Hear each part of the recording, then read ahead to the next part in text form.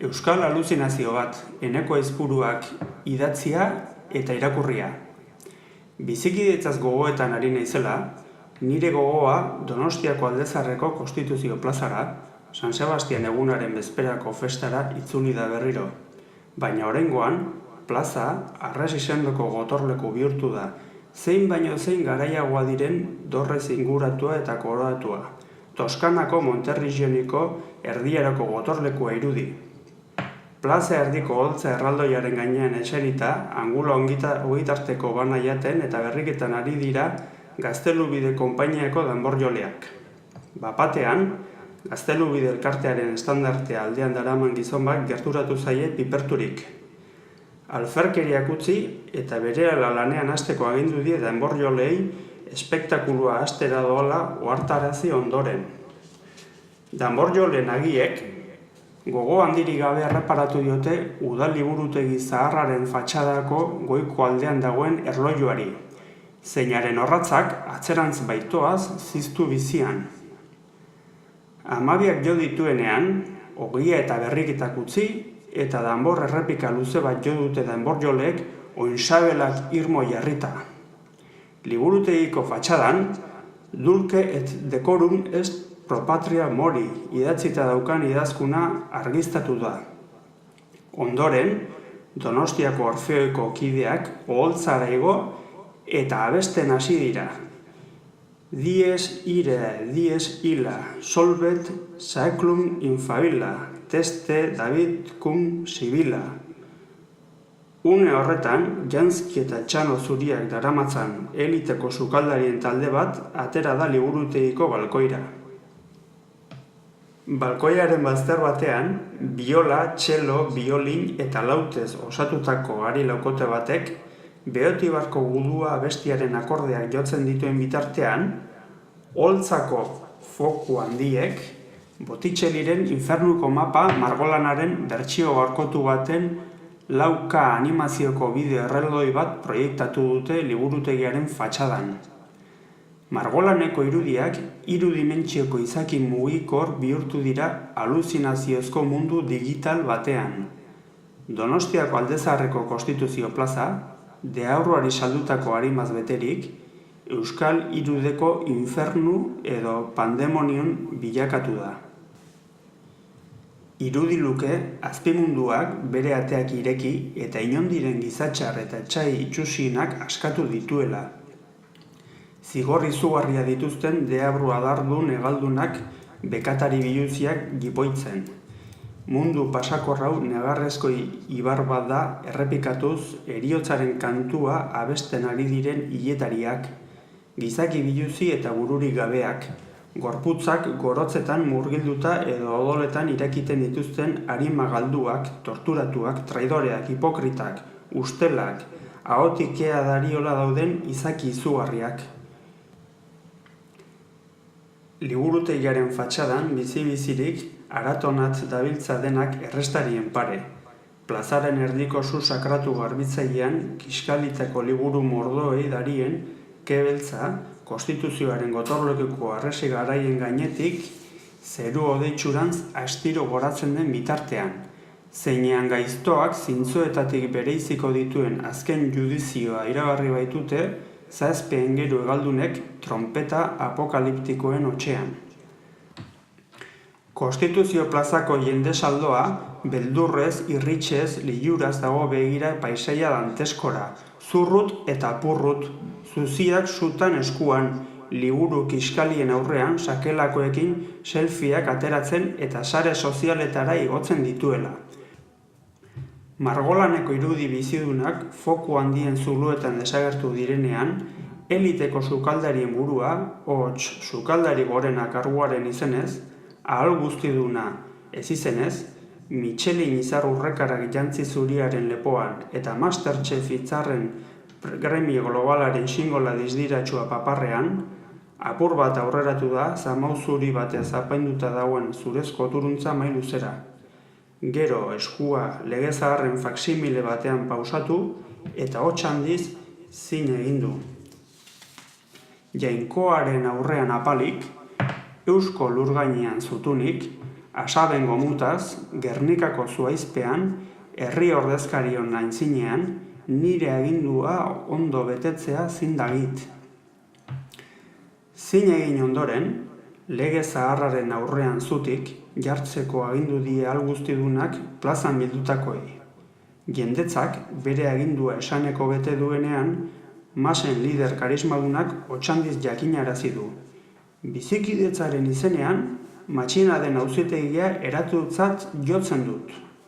Jende masa, gora odolaren auzitegia, gora burdinazko sukaldaria oihuka ari den bitartean, ahots sendoz akusatu aholtzara ekartzeko agindu eta oturuntza mailaren erdian mahaiburutzan jarri da zutik sukaldari gorena gainerako sukaldariak alde banatan dituela. Quantus tremor est futurus, quando iudex es venturus, cuncta stricte discusurus. Auzitegiaren idazkariak egindako keinuari jarraiki, Gernikako juntetxeko mazodun batek trompeta jo du, eta Konstituzio plazako gotorlekurako sarbidea ixten duen ate lodi altxagarria astiro igo dute almenetatik abiada bizian jaitsi diren zaindariek. Hiruzpalau zaldiko maldikok, oholtza ondora ekarri dute tiraka kaiola gurpildun handi bat. Jendetza elkarren gainka pilatu da kaiolaren inguruan. Tuba mirum spargens sonum, per sepulcra regionum, coget omnes ante thronum. Zaldiko maldikoek holtzara igo dute kaiola polea batzuei tiraka, eta gero kaiolatik atera dute akusatua. Nano bat da. Frigiar txanoaren antza duen buruko txintxarriduna dauka. Ahoa mozala eta soinean buame jantzi zarpeil koloretsu bat. Zaldikoek holtza erdira eraman eta herriaren bistan jarri duten anoa bultzaka eta laidoka. Ai urdea, urde handia, ai urdea, urde buame handia. Akusatua belauniko jarri eta otoitz egiten hasi da balkoira begira, oinak eta eskuak estutzen dizkioten bilurrak kirrinka eta txanoaren txintxarriak kriskitinka.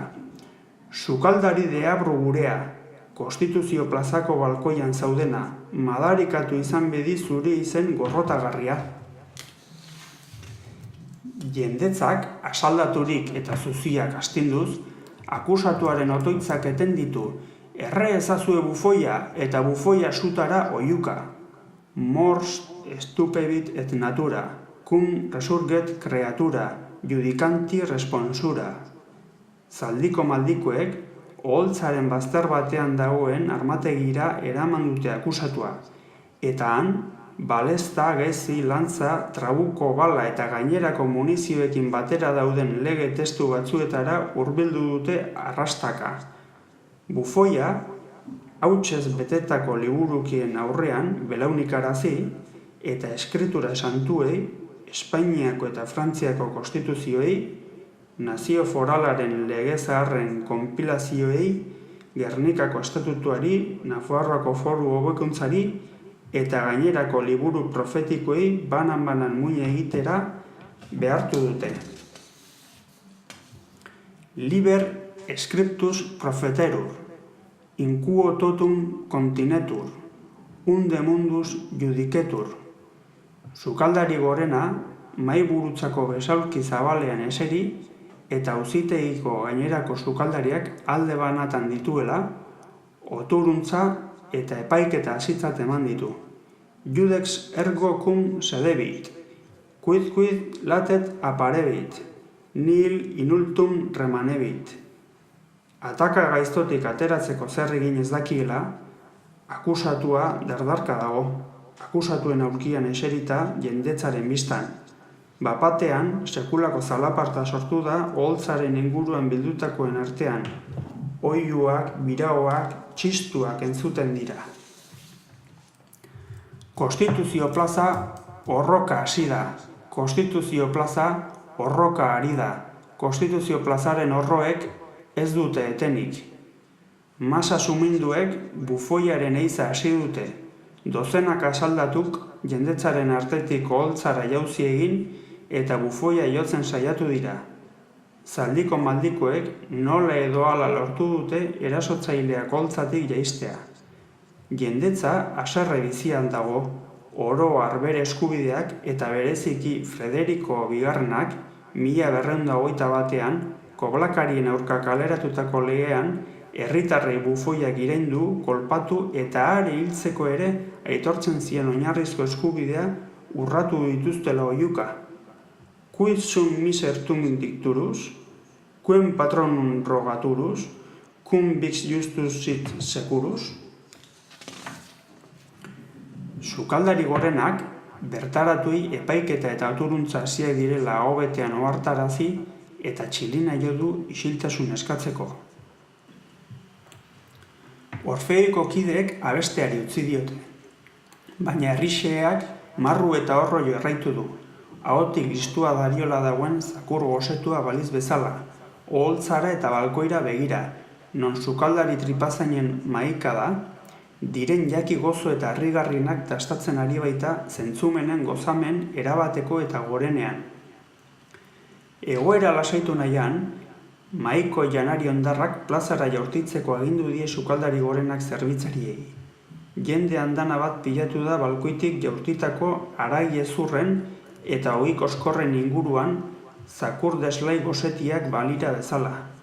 Jendea ezurrak mihiztuz baretu denean, sukaldari gorenaren aginduei jarraiki akusazioek lekukoei deitu diete. Dultzaineroak, kilikiak eta buru handiak aurretik dituztela, 3 erraldoi igori dira oholtzara dantzan lekukotza ematera. Fernando Katolikoa, Joan Hirugarrena Albretekoa eta Katalina Lehena Foakoa. Hirurek berretsi dute akusatuak egon behar zuela nahitaez beren heriotzaren atzean. Bestela ez liratekeela bata bestearen atzetik hain denbora tarte txikian hilko.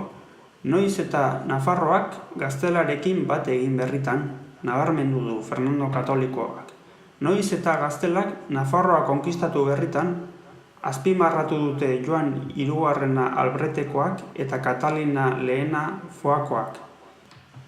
Eta beren lekukotzak funtsatzeko, beren heriotza datak, 1516ko urtarrilaren 23, 1516ko ekainaren 17 eta 1517ko otsailaren 12 urrenez urren egiaztatzen dituzten dokumentuak eta jatorrizko testamentuak aurkeztu dituzten bitartean, 3 monarkek gehitu dute akusatuak historiografia ororekin txantxak egin dituela, eta inoiz ez duela parte hartu gertakari historikoa gogoratzeko ekitaldi ofizialetan edo alternatiboetan.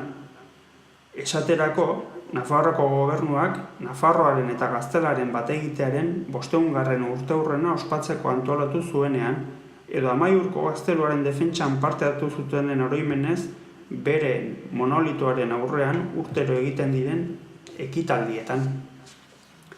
Horretaz gainera, nabarmendu dute jendeak monarken legitimitatea zalantzan jarri eta beraien izena eta izana ardaz dituzten oroimen, gertakari historikoak eta historia bera ahaztu ditzan saiatu dela. Eta horren guztiaren erakusgarri, akusatuari leporatu diote historia, egiaren ama eta sorburua aintzatez hartzea eta bere hautan jarri dute, historia da beren krimenak zuritzeko nolabaiteko agintea edo hitza eskuratu dutenen ahalegin narratiboa esaldia. Hori guztia gutxi baliz bezala, erantsi dute akusatuak Martin Azpilku eta 16. mendeko pentsalari eta kanoniko ospetsuaren ideiak desitxuratu dituela esanez, erreinuak ez direla erregeentzat eginak, baina bai erregeak erreinuentzat. Edo ez dela erreinua erregearena, baina herriarena. Eta naturalegez, erregeren boterea herriarena berarena dela, ez erregerena, eta gizartea begiratzeko, gobernatzeko, agintzeko, legeak ezartzeko eta epaitzeko behar den boterea emana zaiola gizaki bakoitzari, gizakien elkarteari zuzenean eta naturalki bere burua goberna dezan naturazko gaietan, zuzen eta zoriontsu bizitzeko gisan, naturazko adimenaren arabera. Eta beraien lekukotzari amaiera emateko, auzitegiaren aurrean jakinarazi dute akusatuak Dr. Navarrusen ideien manipulazio makur horiek guztiak baliatu dituela aldarrikatzeko ez direla erregeak edo nazioak subiranoak, baizik eta herritarrak, norbanakoak, Dr. Navarrusek defendatzen zuenaren aurkakoa hain justu. Une horretan, Kiliki eta Buruhandiak abesten hasi dira. Haien buru gainean, jirabiraka dabilen arrano beltz handi batek Navarra shall be the wonder of the world, karranka egiten duen bitartean. Aberria izan dadin libre, jendarteak izan behar du aske. Aberri askearen alde, jendea libreak jaiki zaitezte. Zaldikoek, oholtzatik jaitxiarazi dituzte erraldoiak, Kiliki eta Buruhandiak aurretik dituztela. Eta Tomas de Torquemada, inkisidore nagusia eta sorginen mailua, Espainiako argia, bere herrialdearen salbatzailea eta bere ordenaren ohorea igo da oholtzara, danbor errepiken soinuan lekukotza ematera, Pierre de Lancre deritzan inkisidorea alboan duela. Torquemadak lehenik eta behin esan du, inkisizioa ez dela sortzen, ez dela desagertzen, baizik eta transformatu egiten dela etengabe.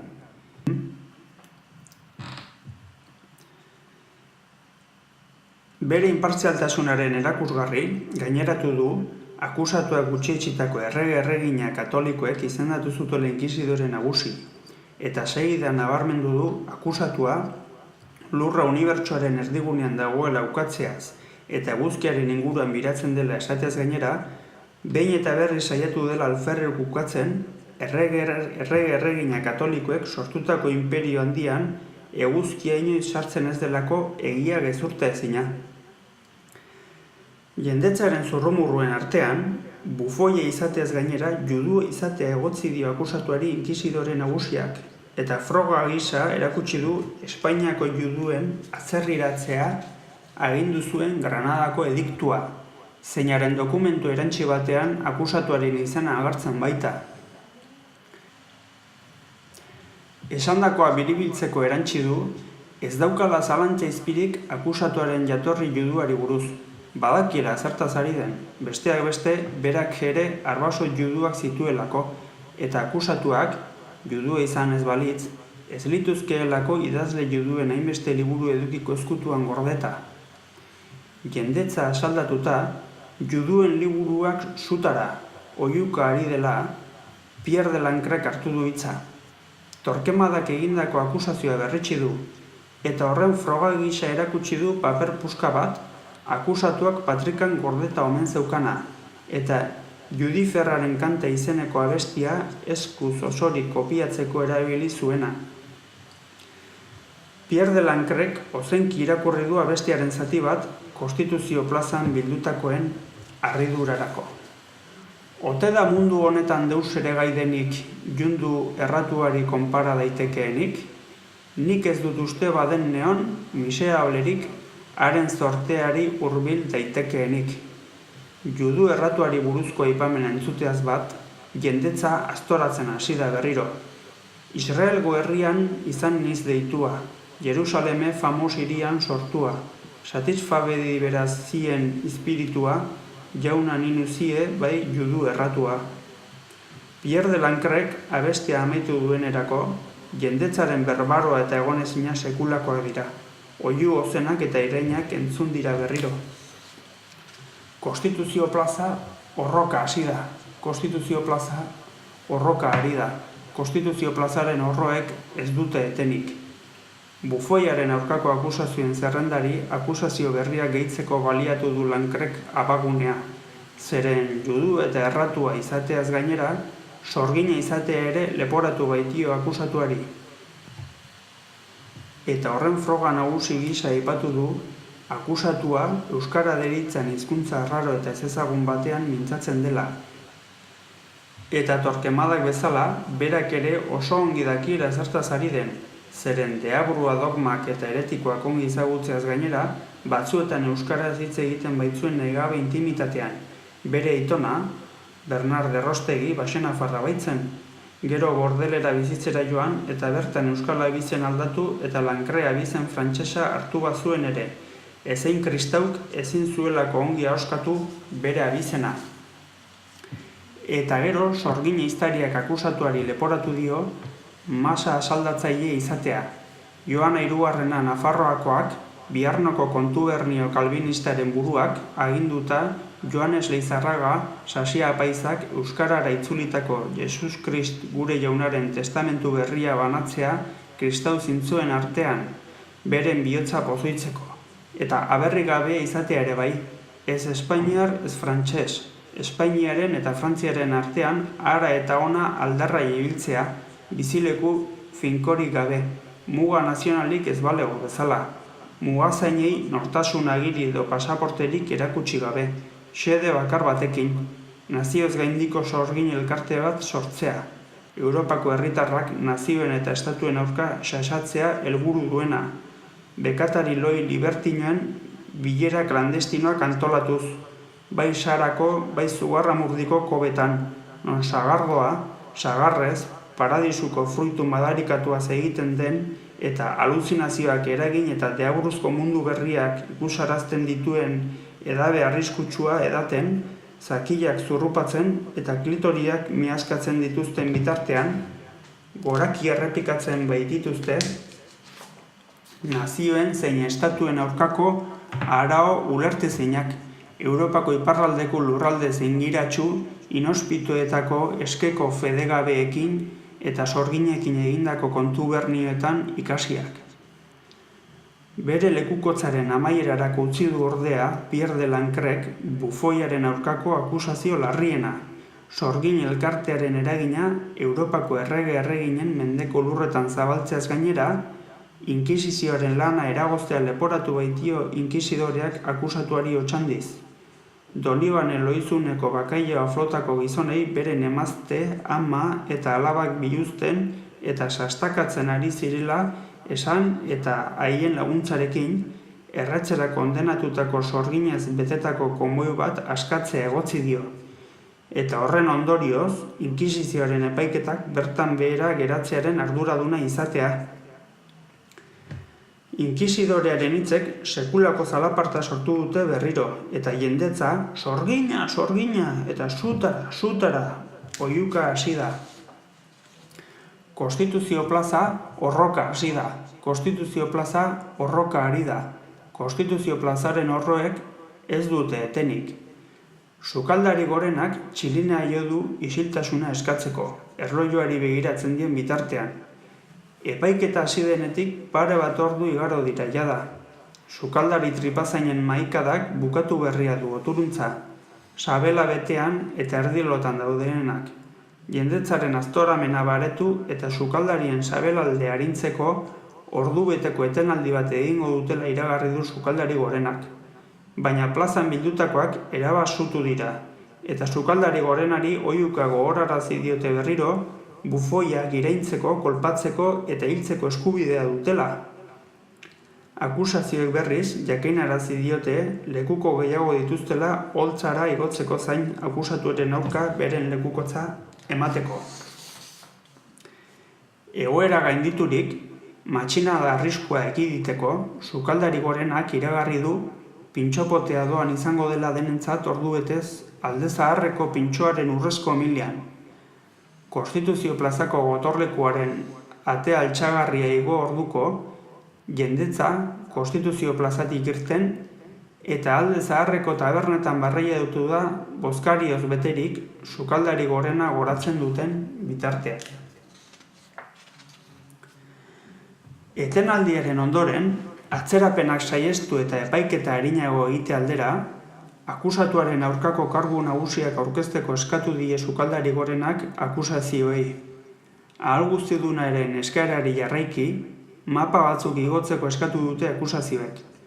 Lehenik, Euskal Herriko mapa erraldoi bat igo dute, xingola zuri-gorri berdeak soinean daramatzaten zaldiko maldiko batzuek oholtzara. Akusazioaren eledunak, eskola irakasleek arbelean azalpenak emateko erabiltzen dituzten erregela txiki batez mapa seinalatuz, esan du Akusatuak ez duela Euskal Herriaren milaka urteko izatea aintzat hartu inoiz. Ez eta bere lurraldetasuna ere. Eta horren erakusgarri, ez dago Euskal Herririk, Euskal Herriak baizik esatea leporatu dio. Gero kementsu gaineratu du, akusatuak inoiz ez dituela aintzat hartu ez Euskal Nazioa, ez nazio forala, alde bakartasunaren edo aldebikotasunaren ordez aldean iztasuna aldarrikatuz.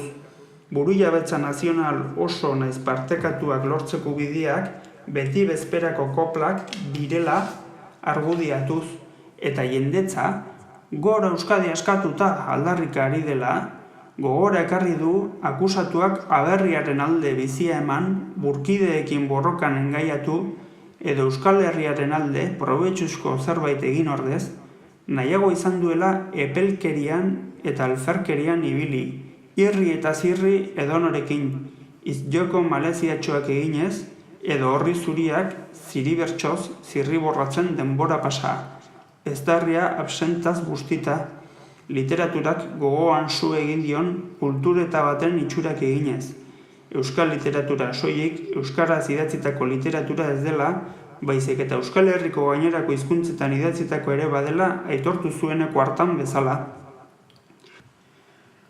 Horrez gainera, suharki leporatu dio Orregako guduaren mito ukatzea, aberri egunean etxeko balkoian ikurrina ez jartzea, ikastolako aurrei Gartxotek Mikelot ez zuela hil behar esatea, eta Bernard Goyenetxe Matalaz Siberuko apaizaz trufatzea, ezein aberriren alde bizia emateak eta kentzeak ez duela merezi, eta egiazko euskaldunak nor demontre diren jakiteko modurik ez dagoela esanez. Baina akusazio larriena ondoren etorri da. Euskal Herri batu bat eta bakarra eraiki nahi ez izatea leporatu baitio. Nazio eraikuntzaren eta Euskal Estatuaren aurka egotea. Estatu berriak eraiki ordez, lehendik daudenak eraitsi behar direla esatea. Mundu guztiaren ageri-agerian, behin eta berriz, modu lotxa emangarrian ukatzea, Euskal Herria superpotentzia emozional bat dela. Eta horren bestez, etsaiarekin elkarlanean jardunez, Euskal Herriaren traidore eta etxekalte totala izatea. Une horretan jendetza saldatu eginda akusazio gogorrak entzutean, eta bufoiak ere txakurrak zarete, garrasika hasi da. Jende masaren oihurazgarriek, Konstituzio plazako gotorlekuko horma gotorretan durundi egiten dutela, akusazioak traizioaren gaian sakondu du. Nabarmendu du, akusatuak berak aitortu duela, aberriare traizio egin diola, eta behin eta berriz errepikatu duela jendaurrean eta inongo lotsarik gabe, naziokidetasunaren aurretik giza solidaritatea dagoela. Berak gauza gehiago partekatzen dituela esaterako bavariar europazale batekin, euskaldun anti-europar batekin baino.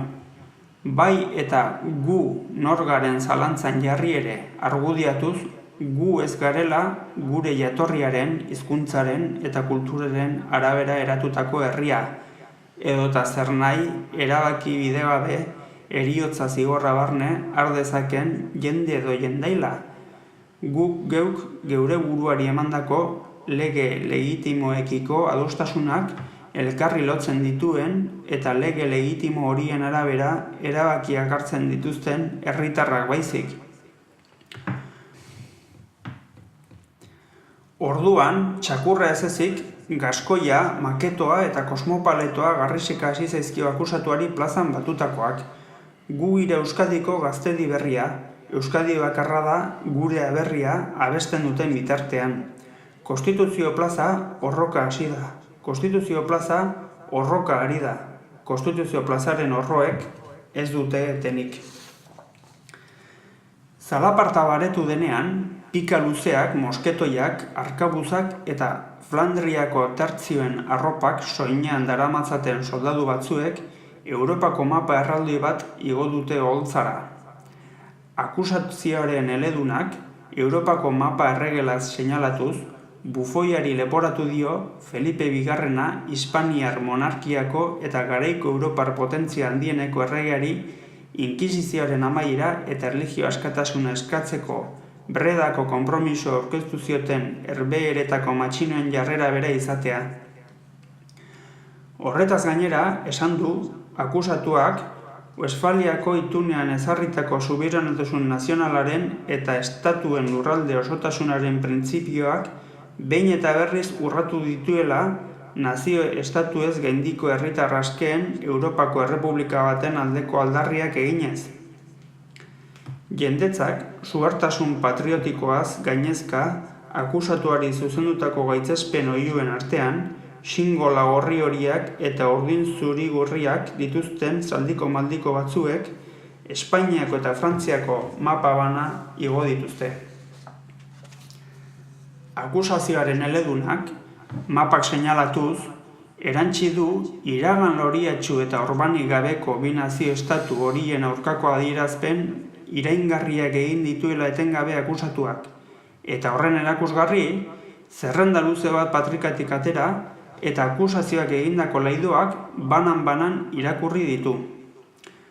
Covadonga, Santiago eta Errekonkista egiazko kondaira nazionalak direla eta Espainia patuaren batasura unibertsalean dela ukatzea, Frantzia 5 kontinentetan dagoelako unibertsala dela diotenez, eta Clovis, Poitiers eta Carlos Martelen kondairez trufatzea, bi aberri horiek bat eta bakarrak ez direla aldarrikatzea, gaztelania eta frantsesa desagertzeko bidean jartzea hizkuntza aniztasun aldarrikatzeagatik eta hizkuntza gutxituak desagertzeko arriskuan daudela esateagatik, Espainiako eta Frantziako simbolo nazionalak iraintzea, Espainiak Amerika zibilizatu ez baizik eta konkistatu egin zuela esatea urriaren 12an eta Donostiako Intxaurrondoko kuartelean Espainiako banderen zinaren ekitaldi militarretan ez parte hartzea, bertan makina bat euskal herritar torturatu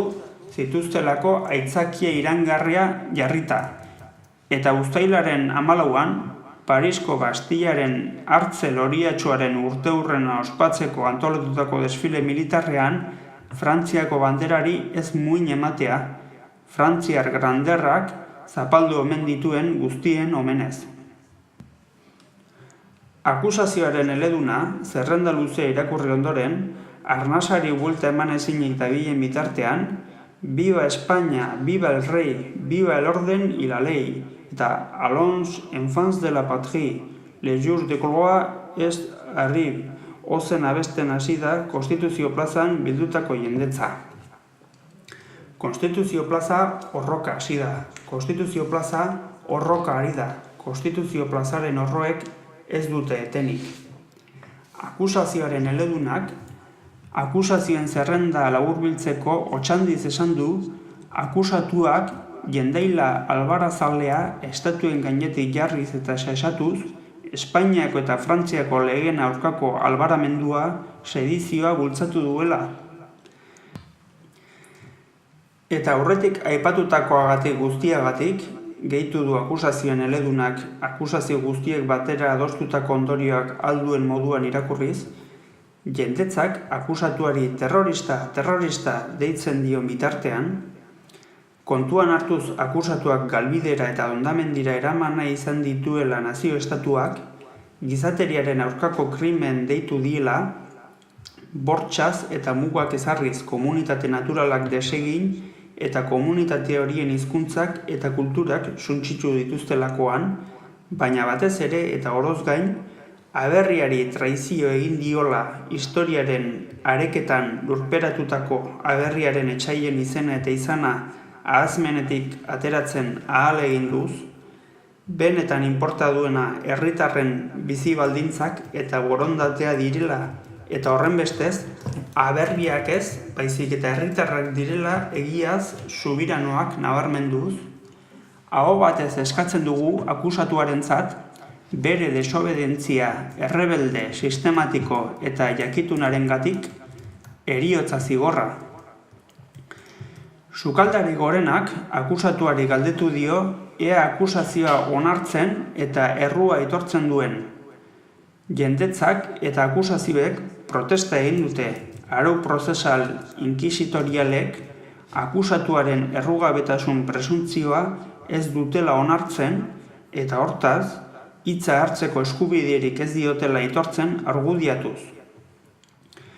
Baina hau guztidunak erantzun die, arau prozesal inkisitorialen arabera, zilegi dela akusatuari hitza ematea, baldin eta soilik baldin, bere burua erroduntzat jotzeko erabiltzen badu eskubide hori, eta horrenbestez hitza eman dio akusatuari. Zaldiko maldikoek mozalak kendu diotenean, txano txintxarriduna kriskitinka, bufoia ahal guztidunaren gana zuzendu da lehenengo. Habe Caesar morituri te salutant diosala eginez, eta gero konstituzio plazan batutako jendetzaren gana otxandiz. Zuek, herri xehea, gogor lan egiteaz nazkatuta zaudetenak, zatozte errudun traidore edo petxero honengana eta entzun infernuko sugarretan kiskali aurretik esango dizuedana. Heriozko isiltasuna eginda konstituzio plazan. Jendetza arretaz begira duela hizketan hasi da bufoia. Bere hitzek plazako lau fatxadetan burrunba egin dute. Nire herritar maiteak, berdin abertzale patriotero zein xobinistak. Zuen nazioak fikzioak dira. Gure nazioak aluzinazioak. Ez ote gara honezkero nahikoa negaben ozituak geure gezurrezko nazioen erruz? Ez ote genuke geure hobe beharrez nazioetateik harago joatea behingoz? Noiz arte jarraitu behar dugu bestela elkarri harrika, sufrimenduaren gurpilari tiraka, oinaz ezaldiaren tornuari giraka? Geure nazioen erruz, baina batez ere geure ezjakintasunaren erruz, eskarmentuaren arrastoak gorriz tatuatu dizkigute belaunez belaun gure arima gorputzetan. Alta, benetako borondaterik balego, ederki bizi gintezke gure komunitate naturaletan, gure eguneroko zereginak, jarduerak, harremanak eta eztabaidak, hitz batean bizitza elkarrekin eginez, partekatuz eta horrela, ezarian, gure artean lotura politiko bat sortuz, elkarri identitate komun bat aitortuz, komunitate imaginatuen, asmatuen, hots nazioen gauzatzea baino ez den nazio estaturik gabe.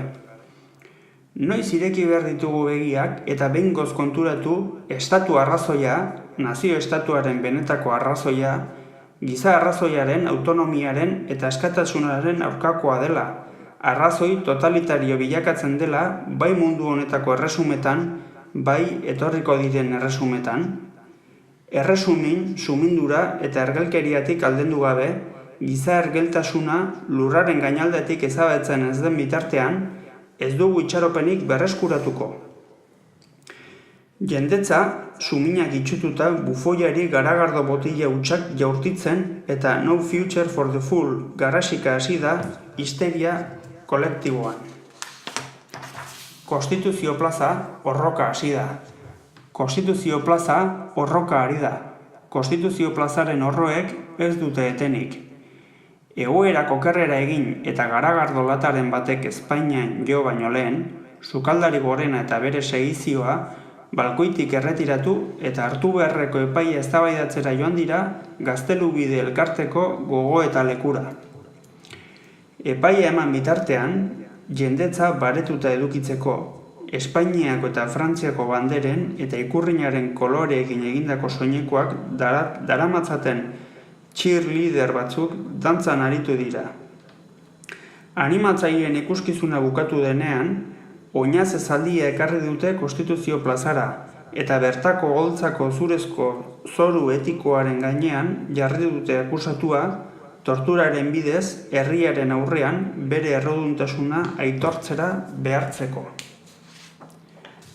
Akusatua torturatzen hasi baino lehen, teknikari batzuek bereizmen handiko pantaila bat jarri dute holtzan, herri xeheak xehetasun guztiekin jarrai dezan tortura saioa. Ikuskizun odoltsu paregabeaz gozatzeko aukera izan dute ikusentzuleek. Akusatua gogotik torturatu baitute oinaz ezaldian lehenik, historia zirkularraren gurpilean ondoren. Aluzinazioak izan arte birrindu dizkiote gorputzadarrak, hezurrak eta giltzadurak. Zaldiko maldiko batek, bere erruduntasuna aitortzen duen galdetu dionean, lehenik eta behin torturak salatu nahi dituela esan du akusatuak. Orduan, inkisizioaren forentxeari deitu diote. Forentxeak, akusatuaren gorpu jipoitua arretaz aztertu ondoren esan du, tortura zantzurik ez dagoela, eta beraz, tortura salaketa faltsua dela, zein auziperatu guztiek epaiketa oztopatzeko edo atzeratzeko erabili duten trikimailu juridikoa baita, adituak luze eta zabal azaldu duenez.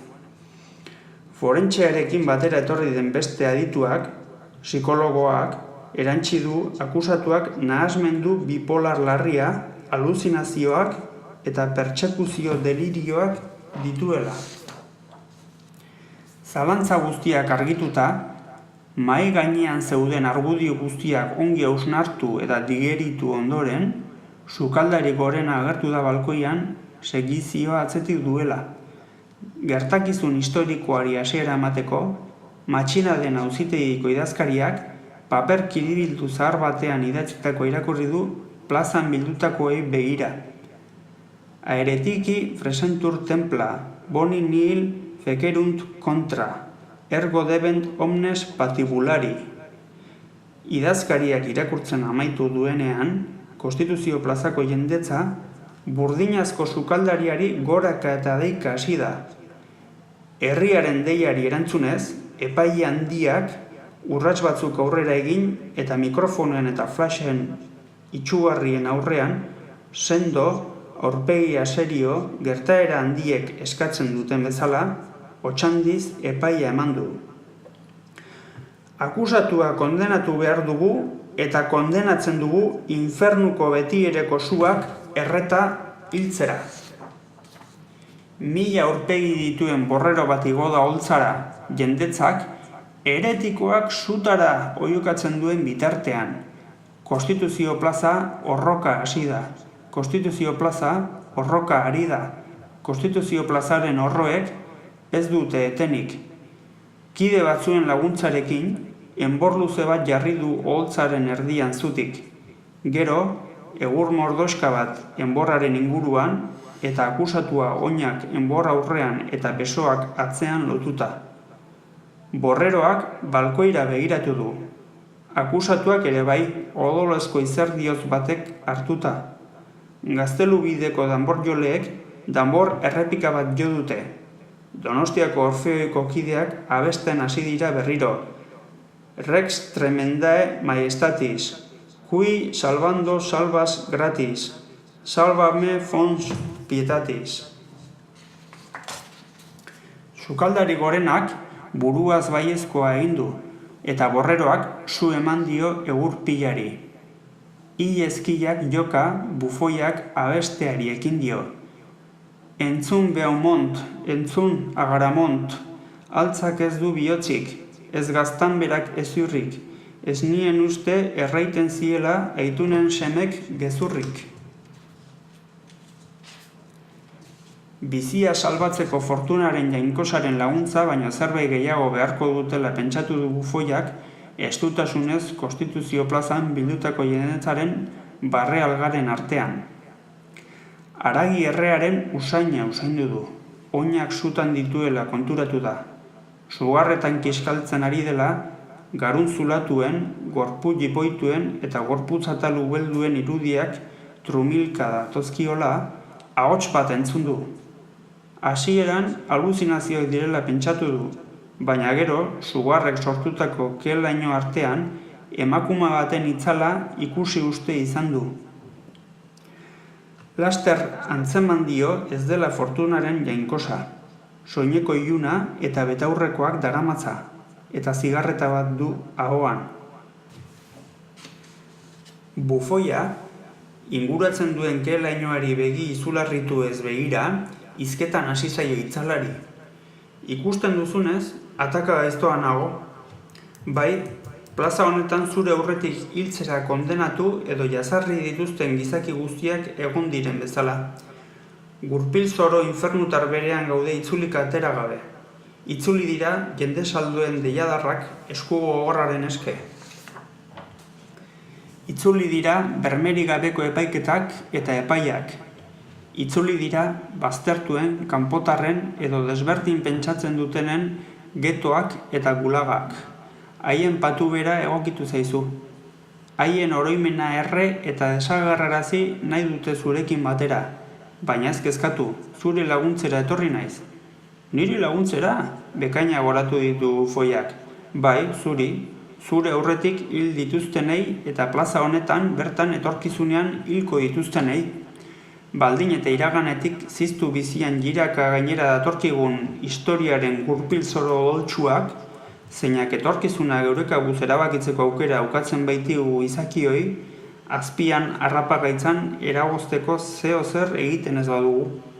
Erantzun dio emakumearen itzalak zorrotz.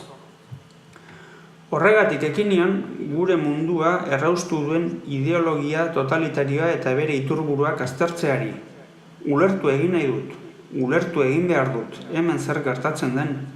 Nik ere, zuk bezala, eskubideen urraketak, kartzela eta jazarpena jasan nituen. Nor zaitugu, galdetu dio Bufoiak harriduraz. Gizakia altzara. Jada ez naiz, baina izan nintzen, 14 urtez aberri gabea. Orain itzala dugu aberri, non sakon ahultzean aringarritzat dugun gauaren altzo iluna. Emakumearen itzala hizketan ari den bitartean, Bufoia zer gertatzen ari zaion ulertzen ahalegindu da. Berriz pentsatu du aluzinazioak dituela, baina oinzangoetan sentitzen duen mina aluzinazio bat izateko benetako egia dela ondorioztatu du. Hankak guztiz kiskali zaizkio eta izu ikarak hartu du pentsatu duenean laster gorpuz guztiak kiskalita izango duela. Bufoia lasaitzen saiatu da itzala. Sistema totalitarioak beldurraz baliatzen dira gizabanakoa ertsatzeko eta estutzeko. Beldurrak paralizatuta, isolatuta, bakartuta, errealitatea eta fikzioa, egia eta gezurra bereizteko gai ez den jendea da totalitarismoaren subjektu ideala, eta gizabanako autonomoa da bere arerio nagusia. Horregatik da arriskutsua pentsatzea, baina ez pentsatzea are arriskutsuagoa da. Beraz, izan adorea, ez beldurtu, ez atzera egin beldurrak arima barrenak jaten dizkizun une hauetan. Ni izango nauzu bidaide askatasunerako bide luze bihurgunetsuan. Erraza da adoretsua eta ausarta izateko eskatzea, batez ere norberak ez, baizik eta lagun urkoa denean, sugarretan kiskaltzen ari dena. Pentsatu du Bufoiak bere hanka kiskaliei erreparatzen dien bitartean. Ez kezkatu, esan dio emakumearen itzalak lasaitasunez. Gizaki bat hiltzen den bakoitzean, beste bat jaio eta mundu berri bat sortzen da hasieratik, zeina naturaren eta historiaren legeetatik eta horren bestez, terrorearen atzaparretatik aske baitago. Erabateko terrorea da sistema totalitarioaren funtsa, naturaren eta historiaren indarrek gizakiaren jaiotza eragozteko edo gizakia desagerrarazteko darabilten baliabidea. Zeren ikuspegi totalitariotik gizakien jaiotza eta heriotza naturaren eta historiaren gurpilak geldiarazteko ahalegin amorragarri bat baino ez baitira. Horregatik, terroreak gizakien aniztasuna deuseztatu eta gizaki bakarra sortzen du, individualtasunik eta pentsatzeko gaitasunik gabea. Masa, jendetza, hartaldea, zure aurrean garrasika duzun hori bezalakoa. Naturak bizitzeko desegokiak direlakoan edo historiak hiltzen ari diren klaseak direlakoan hiltzera kondenatu dituzten gizabanakoen heriotza zigorrak esekutatzen ditu terroreak. Konstituzio plazako arrabotsa dela eta bere hizketaldia une batez eten behar izan badu ere, itzalak azalpenak ematen jarraitu du, jendetzak Bufoiari egindako biraoei eta oihuei erreparatu gabe. Etengabe aldaltzen ari den ezin ulertuzko mundu batean, jendetza puntu batera iritsi da non aldi berean dena eta deus ez sinetsi duen. Eta horrek sorrarazten dion axolagabekeria dela eta jendetza, masa, ezin da integratu interes komunak defendatzen dituen ezein erakunde, alderdi edo sindikatutan. Herrialde guztietan daude eta politika axola ez zaien alderdi bateko kide inoiz egiten ez diren edo botoa ematera ia inoiz joaten ez diren jende mordoen artean gehiengoa osatzen dute. Axolagabekeria horrek egiten ditu hain zuzen zure heriotzaren konplize. Zuri bufoia zarelako barre egiten dizute, baina egiaz beraiek dira historiaren bufoiak. Historiak engainatu ditu, esan dugu emakumearen itzalak ozen, plazako jendetzari begirada erronka jotzailea eginez. Itzalaren hitzak entzun orduko bere aurka garrasika eta uluka hasi da jendetza. Bufoi eta axolagabe deitu dion judu nazkagarri horrek herriari, gu abertzalea gaitun. Ez nuke nahi, ez dagokit niri zuek epaitzea. Ni itzal bat besterik ez naiz, baina argi emango dizuet nire iritzia. Zuek etzarete abertzaleak, ezpada gaizkiaren utxalkeriak mendean hartu dituen gaizkileak, herria hainbeste aipatu eta maitatu beharrez, bizi osoan ari losintxe egitera behartuak sentitzen zareten lausengariak. Pentsatzeari uko egin diozue, zuen baitako barne kontraesanak saiesteko. Horregatik, ez dizue kontzientziak hausik egiten, zer nahi izugarrikeria esan edo egiten duzuela ere. Bada itzala baiz ere, entzun beharko dun horratik gure epaia. Herriaren, nazioaren etsaiek izen bakarra ditek. Traidoreak. Ik gursetik ies egitea lortu duen, Hannah Arendt, baina hire aldamenean dagoen bufoi nazkagarri horrek etzion ies egingo heriori. Heriotza bufoiari eta juduari, heriotza traidoreei. Konstituzio plaza, horroka hasi da. Konstituzio plaza, horroka ari da. Konstituzio plazaren horroek ez dute etenik. Hannah Arendt zara? Badu zure entzutea, esan dio bufoiak itzalari. Jendetza garagordo botila hutsak jaurtitzen ari zaizkien bitartean. Lehen esan dizudanez, ni izango nauzu bide erakusle eta maisu, erantzun dio Arendten itzalak. Badakit zer gertatu zaizun. Agintean dauden edo indarra erabiltzen duten erakundeek legitimitatea galtzen dutenean, herritarren eguneroko jokabidea arautzeko, baldintzatzeko boterea galtzen dute. Horixe gertatu zaie zurekin. Ezin izan dute zure jokabidea, zure pentsamoldea bideratu. Ezin izan zaituzte arrastoan sartu. Eta orduan zer egiten dute erakunde horiek? Botere galera horri erantzuteko, indarkeria erabiltzen dute. Baina indarkeria boterearen adierazle izan ordez, botere galeraren ondorioa da. Eta kasu honetan, agintariek konstituzio plazako jendetza indarkeria erabiltzera xasatu dute nazio bat eta bakarraren ideia dendetzaren bihotz buruetan sartuta. Gure pentsamoldean, nazio-estatuaren ideia hiltzez eta giltzez finkatuta daukagun bitartean, nazionalitate zehaz batek ordezkatuko du estatua, eta estatuak nazionalitate zehatz bat. Horrek esan nahi du beti egongo direla gutxiengoak eta baztertuak, nazio-estatuaren kontzeptu nagusitik kanpo egongo diren etsaiak. Ez dute eskubide osorik izango, kanpokoak izango dira, edo herrialdetik edo taldetik kanporatuak, zu bezala heriotzara zigortuak. Eta bufoiak pentsatu du, Arendtek esan diona zuzena dela. Kontua ez dela besteak gure kulturan integratzea, ezpada besteak gure edo hemengo ohituretara moldatzeko eskakizunetik harago joanez, kulturaren ikuspegitik askotarikoa den gizarte multietniko bat eratzea, nazioz gaindiko komunitate bat sortzea. Soilik besteak aitortuz izan gaitezke geu, haiek ere gugan badaudela onartuz. Soilik horrela lor daiteke erabateko inklusioa, desberdinen arteko elkarbizitza hemen eta munduan. Horregatik da xede hori lortzeko bidean ezinbesteko lehen urratsa aniztasunean bat eginik egongo den Europa berri bat sortzea. Pentsatu du bufoiak Arendten itzalak ahoskatutako hitzek adoretuta. Gogoetan murgilduta jarraitu du suari ez erreparatzearren, baina sugarrak gero eta handiagoa dira. Guztiz kiskali diote gorputzen borra, eta jendetza gero eta asaldatuagoa dago. Sugarren distira begi ordituetan, eriotza, bufoi gogo bilauari, garrasika. Konstituzio plaza horroka hasi da. Konstituzio plaza horroka ari da.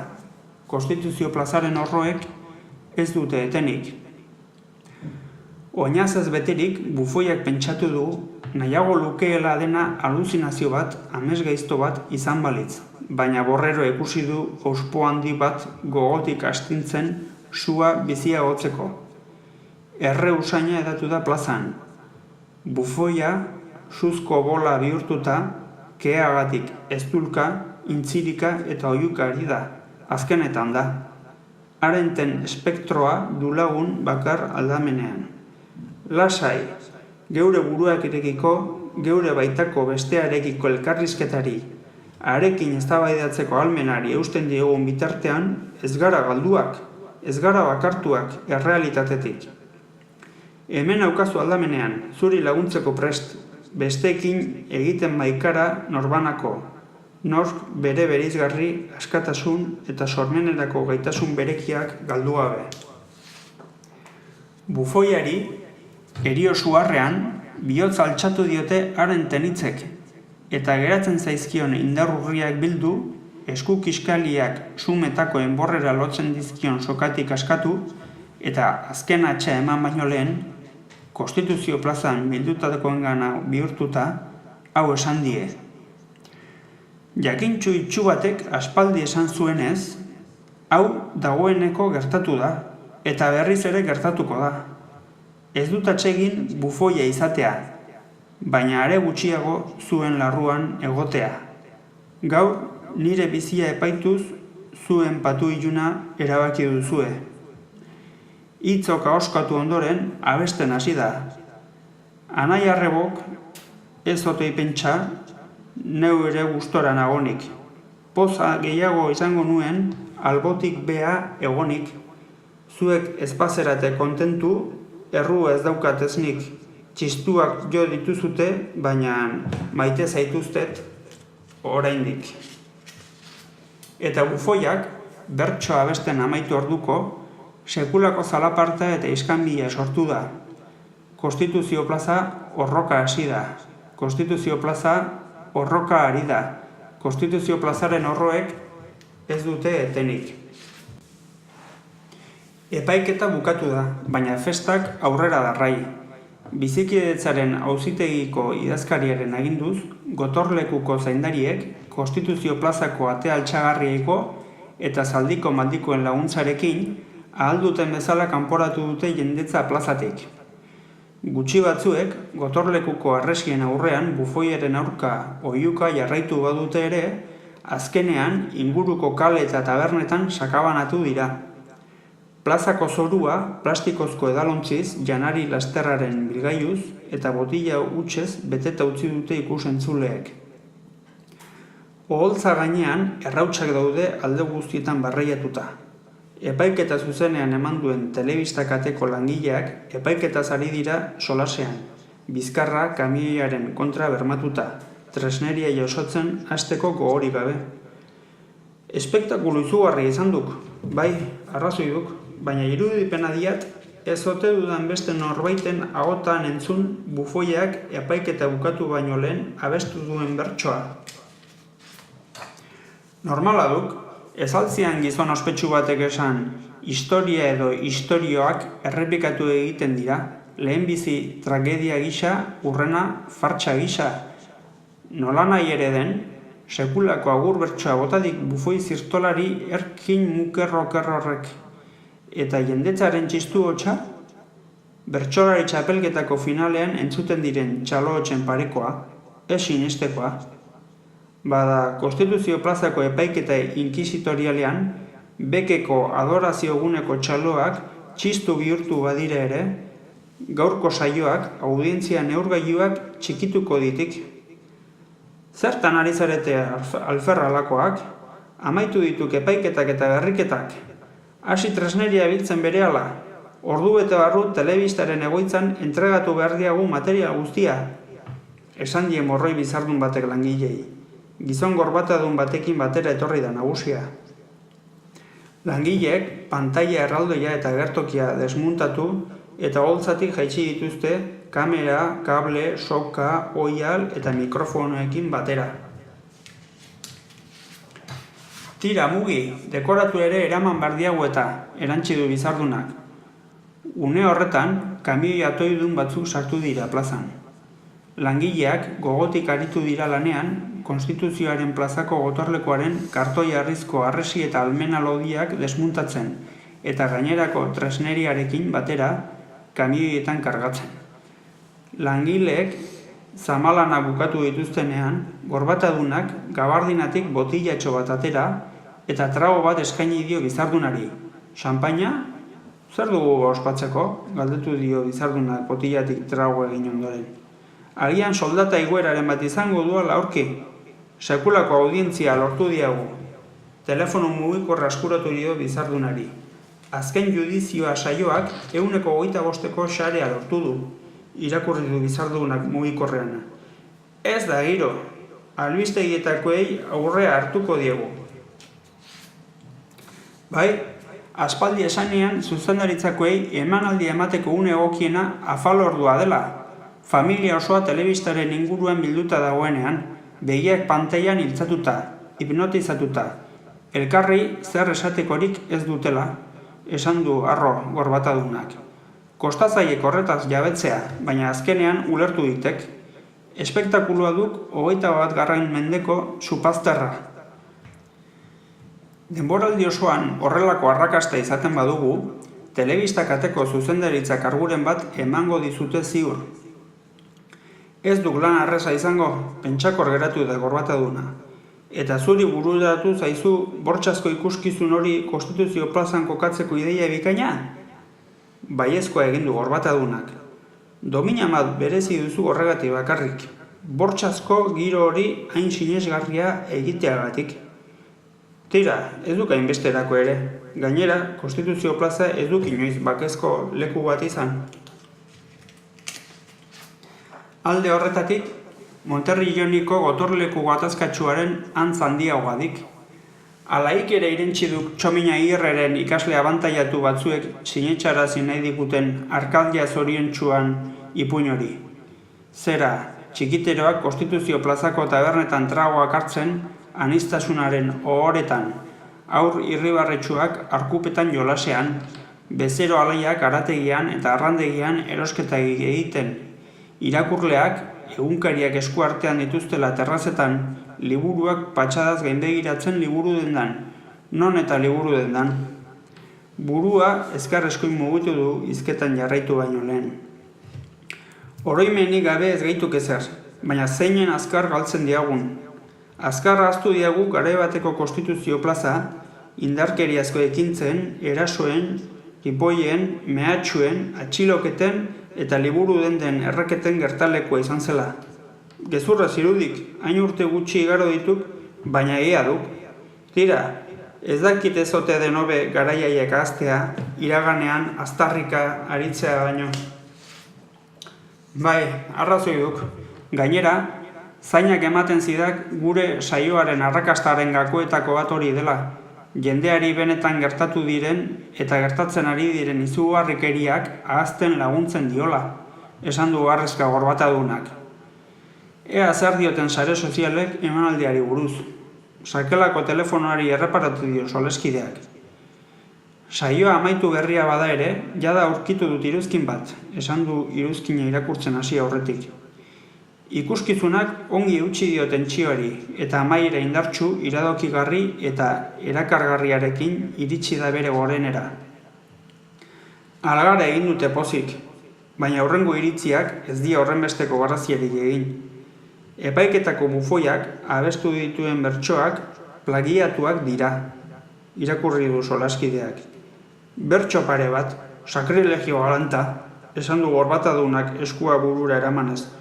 Nork idatzi dik mezua? Anonimoa da. Hala ere, lepoa jokatuko nikek iruzkingilea sorkuntza sortzez garbiaren kofradiakoa dela, erantzun dio gorbatadunak haserre. Sorkuntza zikina duk, sorkuntzak arrastoak uzten dizkik non nahi. Mezuan ez da kofradia horren aipamenik agertzen. Berdin ziok, modu batean edo bestean, atzetik ditiago egun osoa matraka emanez, hau plagiatu dugula, bestea kopiatu dugula, besteren begian edozein samar ikusteko gai dituk. Ez ordean horbere begiko ezpala. Irakurri beharko dituzke kofradia horretako kideen sormen lanak. Erdiarako fraide kopiatzeileak baino okerragoa dituk. Ea, irakurrezak beste iritziren bat nire zainetako odola irakiten hasi baino lehen. Gidoigileak era batutxe egin du ikuskizuna girotu eta kokatzerakoan. Historiaren espazioa ez da ongi ageri. Tokia ez da ongi aukeratu. Donostiako Aldezarreko Konstituzio plaza ez da leku egokiena gisa horretako saio bat egiteko. Eta pertsonaia ez da denbora jakin batean kronologikoki ageri. Horretaz gainera, epaiketa luzeegia, sinesgarritasunik gabea eta aspergarria izan da. Irizpide juridikoei behar baino garrantzia gehiago eman zaie, eta holtzan erabilitako tortura tresnak eta metodoak ezagunegiak eta bigunegiak izan dira. Ez dugula asmatu ikuskizuna girotzerakoan, baina zer ari duk esaten morroi hori, esan du gorbatadunak arri eta zur. Toskanako Monterrilloneko arresiak Konstituzio plazan altxatzea gutxi iruditzen zaiok? Haze esigentziak. Baina hauek zer uste ditek, hau Game of Thrones dela eta Amerikan gaudela? Tira, Gazteulu batxe arriukaldi batera daukagu. Oroz gain, odala nahi ditek hauek. Hortaz, urrengo saiorako tortura metodo ikusgarriagoren batean pentsatu beharko dugu. Beti ere plagi horik egin gabe. Geratzen haute du bat tortura molde berririk asmatzeko, ez duk erraza izango jendilaje honen odolegarria asetzea. Ez ote ditek ez horreberik egiteko ikuskizuneko xehetasun eta odolarrastu guztiei erreparatzen egotea baino? Ez ote ditek beren etxezuloan telea amaraunari itxatxita egotea eta olako kritikak idazten egotea beste zereginik? Ni zer zekiat ba, kanpora irten, paseatu, lagun artean ibili, bazterrak ikusi, larrua jo, izbatean egiazko bizitza bizi, esan du ozpinduta gorbatadunak. Baina ez, odola behar ditek. Gero gizarte bakezale batean bizi garela esango ditek. Gizarte bakezale batean diozu? Hemen onai dago bortxa, txeko atarian, eskolan, lagun artean, lantegian, komisaldegian, burkideen artean. Arrazoi duk, batzuetan iruditzen zaidak bizitza zirku egoltsu bat dela, eta nahikoa ikuskizun erdiragarri baditugula, gu gehiago asmatzen ibiltzeko. The show must go on. Bai, arrazoi duk, bestela gureak egindik, champagne trago bat egin eta barre egin du gorbatadunak. Beraz, asma ditzagun espektakulo doltsuak gure ikus entzuleentzat. Zera, orain bapatean bururatu zait, erdieroa eta genero distopikoa berriro boladan daudenez, eta historia ezinbestean errepikatzen dela dirudienez, fede autofuturista bat antola genezake Donostia arenan, ilunbeko zezen plazan. Lekuak hainbat abantaila ditu, armaiak ikusentzulentzat, estalkia euria egiten badu ere, ikuskizuna telebistaz emateko azpiegitura egokiak. Ideia ikusgarria duk, bizkarreko eman dio gorbatadunak izardunari. Zer iruditzen zaik izenburu hau? Auto da fe reloaded. Sorginak, inkisizioa, tortura, lankreka aipatu dituen Donibane Lohizuneko gertaerek ere askorako ematen ditek. Pentsa, 600 emakume inguru erreta hiltzera kondenatuta. Emakume saldo bat erakar genezakek ikuskizunera. Bai, kalean eta hedabideetan iragarkiak jarri, sare sozialetan kanpaina abiatu eta merchandising apur bat egin beharko genuke ikuskizunaren aurreko asteetan. Sorginen irudia dituzten txanoak, amuletoak eta pizgailuak aterata ikusentzule gehiago erakartzeko. Eta ikuskizuna amaitutakoan, Borreroari egindako elkarrizketa sakon bat eman genezakek, berari egindako galderen bidez, jendearen arretari eusteko, esaterako zein tortura teknika den mingarriena, zer sentitzen duen biktimak torturatzen dituenean, edo antzeko beste xehetasun morbosoi buruzko galderak. Ikusiko duk The Art of Killing filmeko Borreroen adierazpenak uskeria hutsa izango dituk gure filmeko Borreroaren adierazpenen aldean. Solasean ari direla, zaborra biltzeko makina bat sartu da plazan sekulako zarata atereaz zoruan metatutako zaborra biltzera. Zoldaz eta lokatzez betetako edari latak, botilak eta janari bilgailuak biltzen hasi da. Sekulako kiratsa dario Konstituzio plazari. Konstituzio plazak zabortegi handi bat dirudi. Kamioi atoidunak irten dira plazatik, langileak ere bai. Telebista kateko bi arduradunak joaketekotan direla, hurbildu egin natzaie. Erdi mozkortuta nago oraindik. Bazoazte? Galdetu diet. Bai, baina zu oraindik festago zaude nonbait, esan didate solaskideek. Ez duzue grabatu behar akusatua nola erretzen duten? Akusatua nola erretzen duten? Entzun ez dudan zerbait esan diote elkarri ahopeka. Bai, oholtza gainean dagoen bufoia, argitu diet. Jendetzaren erdian egon naiz orain arte ura noiz erreko duten zain. Jendetzaren erdian, irre egin didate. Zeri egiten diozue barre? Nire sukaldari txanoari? Elkarri begiratu diote berriro nire solaskide kalgara batean. Sukaldari txanoa? Kakana aste ederra zaukakonek buruan, esan dio gorbatadunak bizardunari, entzuten ari dena ezin sinetxirik. Bakoitzak bere zoroa bizi du mundu honetan, erantzun dio solaskideak. Gure mundu errealean bizi beharrean, beste mundu irreal alderantzikatu edo paralelo batean bizi duk morroia.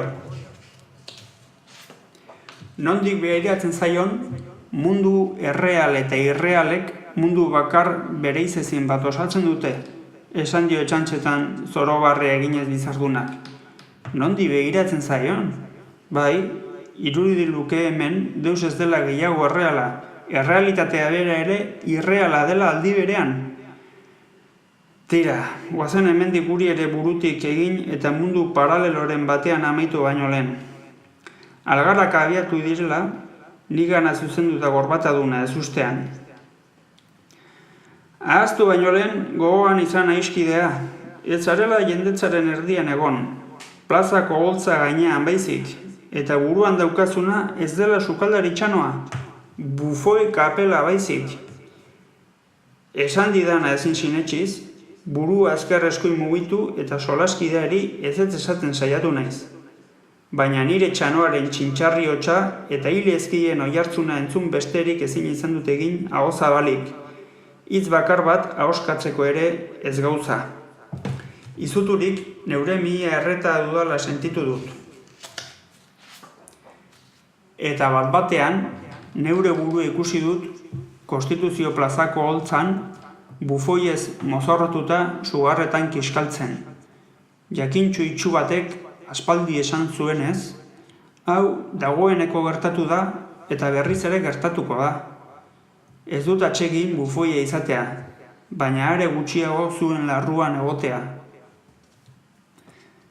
Gaur nire bizia epaituz, zuen patu iluna erabaki duzue, oihuka. Jendetza asaldatu bat, heretikoak sutara garrasik ari den bitartean. Konstituzio plaza horroka hasi da. Konstituzio plaza horroka ari da. Konstituzio plazaren horroek ez dute etenik. Izerdi patxetan, Konstituzio plazako horroen oihartzun urruna entzuten dudala oraindik, historiaren zama astuna sentitu dut neure baitan. Kafe etxeko hormatik zintzilikatutako 2016ko kultur ekitaldien egutegian dauen Botticelliren Infernuko mapa margolanaren erreplikari begira. Infernuaren irudiari begirik kendu gabe, neure gogoetetan erabat bildua James Joyce idazleaz gogoratu naiz, eta irlandar idazle atzarriratuak arrazoi osoa zuela pentsatu dut. Historia amesgaizto bat da, zeinetik esnatu nahian gabiltzan.